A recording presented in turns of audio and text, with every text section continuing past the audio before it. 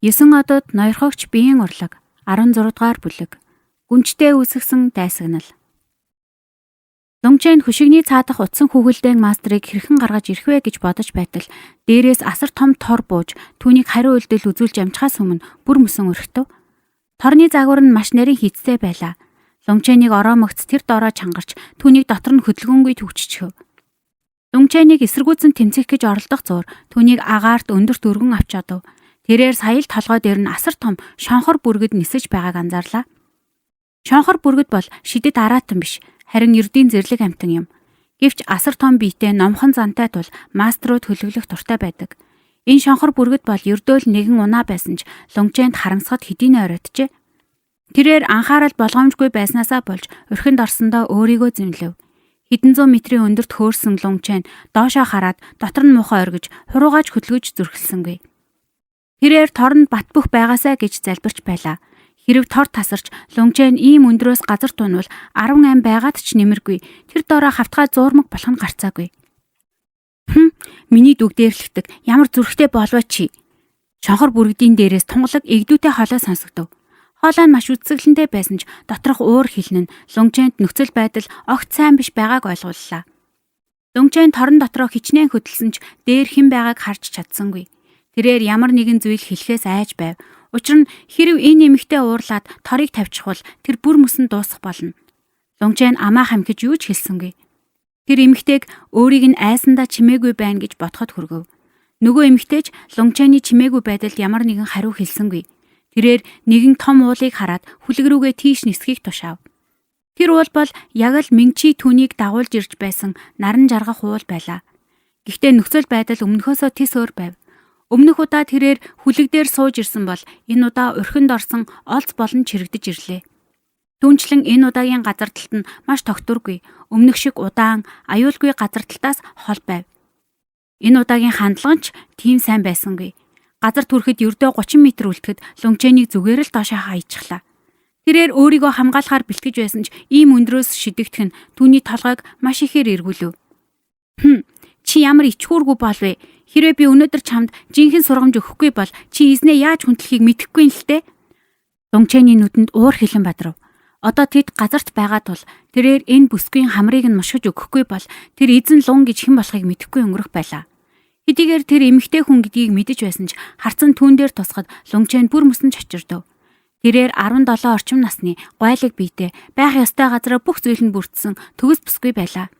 Тэрээр цагаан нүмерэг өмсөж хаш бүс зүүсэн нь түүний цээжийг улам татчихж өгч байв.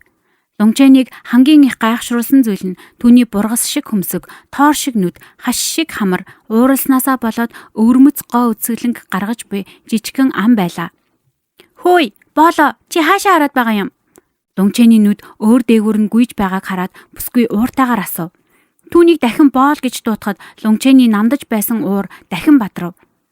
Лонгчен өгөөдөн инээж "Бяцхан охин минь, чи буруу юм ууч хаяа?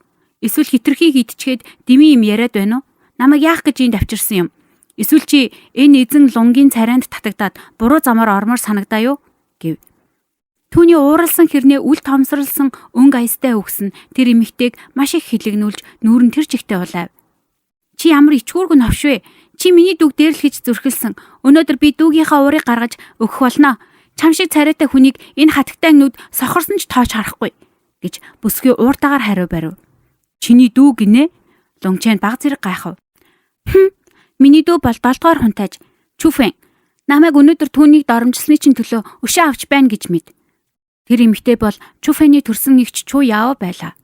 Тэрээр эзэнт гүрний 3 дугаар гүнжим, Феникс Край эзэнт гүрэн 7 хунтайж 3 гүнжтэй бөгөөд Чу Яо, Чүфэн хоёр тэдний хамгийн отгон нь байв. Чу Яо дүүгээ гэртээ ирэхдээ өгтлээ айжгсан маш хачин айшилж байгааг харжээ. Юу болсныг асуухад Чүфэн айсандаа хиндэж юу ч хэлж чадахгүй байв. Чу Яо бусад аргаар юу болсныг олж мэдэв. Догшин маркизийн залгамжлагч Чүфэнийг урьсан болохыг, тэнд юу болсон тухай бүгдийг мэдэж авчээ. Том эгчийн хувьд Чу Яо Лонгченийг дүүг нь айлгасныг зүгээр өнгөрөхийг хүссэнгүй. Гэвч гүнж хүн учраас олонний өмнө хитрхи ил гарах боломжгүй тул Лонгченийг харж явахт нь нууцаар барьж авсан нь энэ байв. Лонгчен бусад зүйлийг бодож аваад нийслэл хотын дотор хин нэгэн өөрлөө нь халдна гэж санаагүй байлаа. Сонор сэрэмж алдснаасаа болоод тэрээр ийхүү өрхөнд орсон юм. Миний санахад би чиний дүүд ямар ч муу зүйл хийгээгүй дээ гэж Лунгчэн хөмсөг цангитав. Чимо бол дүүг минь ухаан алдтал нь айлгсан байна. Үүний шийтгэл бол үхэл. Чи хинэн хааны гэр бүл хинэн биш гэдгийг ч ойлгохгүй байна уу гэж Чуяо хүйтнээр асуув. Дахин боол гэж дуудуулах нь Лунгчэний уурыг дээд зэгт нь хүргэж тэрээр хараал тавин. Тэнийг эмэгтэй минь чамайг эмэгтэй хүнгээд би чамд сургамж өгч зүрхэлгүй гэж бити бод. Эзэн Лунг бити шах. Үгүй бол би эргэлзэхгүй шүү гэв. Чи ямар засаршгүй новш вэ? Чуяогийн бүх амьдралын туршид түүнтэй ингэж ярьсан хүн нэгч байгаагүй тул Лунгчэний хараалд түүний бүх бие ууралсандаа чичирч байлаа. Тэрээр хаш шиг цагаан алгаараа Лунгчэн рүү дайрав. Лунгчэнийг гайхшруулсан зүйл нь Чуяо үнэхээр хий хоримтлуулах шатны 9-р түвшний хүчрхэг бясалгагч байлаа. Тэрхүү алганы цохилтод дүрлэлсэн тесрэлтийг дагуулж байсан бөгөөд энэ нь дор хаяж дунд зэрэглэлийн мөнх бус төвшний тулааны урлаг байв. Лунгчэн тэрхүү цохилтоос хачин жигтэй хүчийг мэдэрч байсан ч тэрээр айсангүй. Харин түүнтэй шууд хүч үзэлцгээс зайлсхийхийг илүүд үзв. Тэрхүү алга Лунгчэнд хүрэх мөчөд тэрээр хөнгөн хөдөлгөөнөөрөө түүний гарыг үл ялэг түлхэж цохилтыг нь хажуу тийш нь чиглүүлв. Лунгчэнд бүх хүчээ гаргасан Чуяогийн дайралтыг маш амархан зайлуулж орхилоо. Түүний хамаг хүч яг л хөвөн мөргсөн мэт сарнин алга болов. Навш минь чи зүгтд зүрхлэн гинэ? Чуяо игдүүтэйгээр хилэгнэж газар дээр хурдан эргэв. Тэрээр яг л гоёмсог ирвэхэ шиг дахин нэг цохилт илгээв. Лунгчэн түүний доромжлолт дахин урлав. Ийм үсгэлэнтэй бүсгүй яаж ийм бүдүүлэг үг хэлж чадж байна. Гэвч түүний дотор уур хилэн дүүрэн байсан ч ийм үсгэлэнтэй бүсгүйд хатуу хандаж зүрхэлсэнгүй. Хэрв Жоо Яоян байсан бол хэдийнэ газар гიშгэгтчихсэн байх байлаа. Тэрээр дахин бултаж Чуяогийн бясалгалын түвшин өндөр боловч түүний хүч нь маш өнгөцгөн байгааг анзаарав. Магадгүй тэр 5 дугаар түвшний жинхэнэ бясалгагчтай ч дүйцэхгүй байж мэднэ. Хэдийгээр түүний дайралтууд хүчтэй байсан ч хитрхи хөшинг байлаа. Мөн тэрээр зөвхөн ганцхан мэхээ дахин ашиглаад байв. Лунгчэнийг бултаж эсвэл хааж байхад тэрээр өнөөхөл дайралтаа үргэлжлүүлсээр байлаа. Үүнийг хараад Лунгчэн эцэст нь инээмсэглэж эхлэв. Навш минь чи юунда инээгээд байгаа юм бэ? Удаан хугацаанд Лунгчэнийг цохиж чадаагүй. Дээрээс нь түүний өгөөдсөн инээдийг харсан бүсгүйн ууран тесрлээ. Чи мөн навш ямар ч тулааны техник мэдэхгүй байж хэрэг чадал чинь хүрдэг юм бол надтай нүүр тулж тулалд. Лунгчэн эцэст нь инээдээ барьж чадсангүй. Түүний өмнөх уур хилэн утаа мэт замхрав. Тэрээр амьдралдаа анх удаа ийм сонирхолтой эмэгтэйтэй таарч байлаа. Чуяогийн царай хөхөрч Лунгчэний үйлдэлийг хамгийн том доромжлол гэж үзв. Чи мөн навш гинэт тэрээр тулааны урлагийн техникээ орхиж ямар ч бясалгалгүй жирийн хүн шиг түүн рүү дайрлаа. Энэ нь Лунгчэний төсөөлөөгүй зүйл байлаа. Тэрээр хизээч ийм аргаар тулалддаг хүнийг харж байсангүй. Тэрээр яаран гараа сунгаж бүсгүйг өөрөөсөө холдуулахыг хичээв. Гэтэл ухаангүй болтлоо ууралсан Чуяо Лунгчэний гарыг ч анзааралгүй дайрсаар байлаа. Лунгчэний том гар Чуяогийн цээжийг чанга хатгаад авчихв. Тэрхүү зөөлөн танил бус мэдрэмж Лунгчэний нүдийг том болгов. Харин Чуяо өөрийнх нь биед хин нэгний гар хүрхийг мэдрээд яг л аянган цохилсон мэт хөшөж итгэж чадахгүй хөшөв. Уучлаарай. Энэ андуурл байла. Лунгчэн яаран гараа татаж тайлбарлахыг оролдов. Навш минь би чамайг аландаа. Чуяо гинэт түүний гараас шүүрэн авч мөрнөөс нь чангаар хазаж орхив. Лунгчэн яаж ч хичээсэн тэр тавьсангүй. Өвдөлт нь улам бүр тисгийн аргагүй болж байлаа. Уурлаж аргаа барсан Лунгчэн юу ч бодлогүйгээр гараараа Чуяогийн өгзөг рүү хүчтэй алгадаж орхив. Тэрхүү зөөлөн мэдрэмж Лунгчэнийг хэсэг зур сатааруулсан ч мөрнийх нь өвдөлт түүнийг хурдан ухаан орууллаа.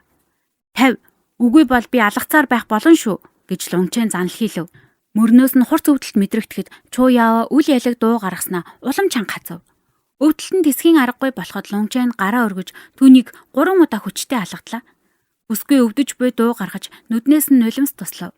Нэг талаар тэр өвдөж байсан ч нөгөө талаар тэр өөрийгөө доромжлогдсон мэт мэдэрч байв. Гэвч тэр яасан ч тавьсангүй. Харин Чуяог гайхшруулсан зүйл нь Лунгчэн түүнийг 3 удаа алгацсныхаа дараа зогссон явдал байв. Түүнийг хичнээн чанга хадсан ч Лунгчэн дахиж хөдөлсөнгүй. Нилээд хугацаа өнгөрөв. Магадгүй түүний ам нь өвдөж эхэлсэн үү? Эсвэл тэр ядарсан уу? Чуяо аажмаар Лунгчэний мөрийг тавив. Лунгчэний гар болон хувцас тэр чигтээ цуснд бодогдсон байлаа. Лунгчэн санаа алдаж "Одоо уур чинь тайлагдв уу?" гэж асуув. Чуяо Лунгчэн рүү харахад түүний царайнд ямар ч уур хилэн байсангүй. харин оронд нь үл ялэг гунигтай байдал харагдав. Үүнийг хараад гүнжийн зүрх үл мэдэгдэх шалтгаанаар чичирлээ. Чи яагаад зогсчихсан юм бэ? Яагаад ч юм Чуу Яо үүнийг асуухаар шийджээ? Тэрээр асуумагцаа харамсаж нүүр нь бүр мөсөн улайв. Би эмэгтэй үнийг зохиохдоо тэмч сайн биш л дээ. Түүний хоолойд ямар ч үш хонзон байсангүй. Тэрээр ханцуугаа тасдаж авахд махных нь хэсэг бараг л тас хазуулсан байхыг харав. Тэрээр тасарсан ханцуугаа ашиглан шархаа боохыг оролдов.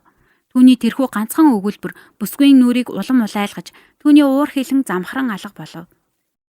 Лонгчэнийг ганц гараараа шархаа боож чадахгүй байгааг хараад Чуу Яо санаандгүйгээр гараа сунган боолтыг нь авч зөөлнөөр "Би чамд боож өгье"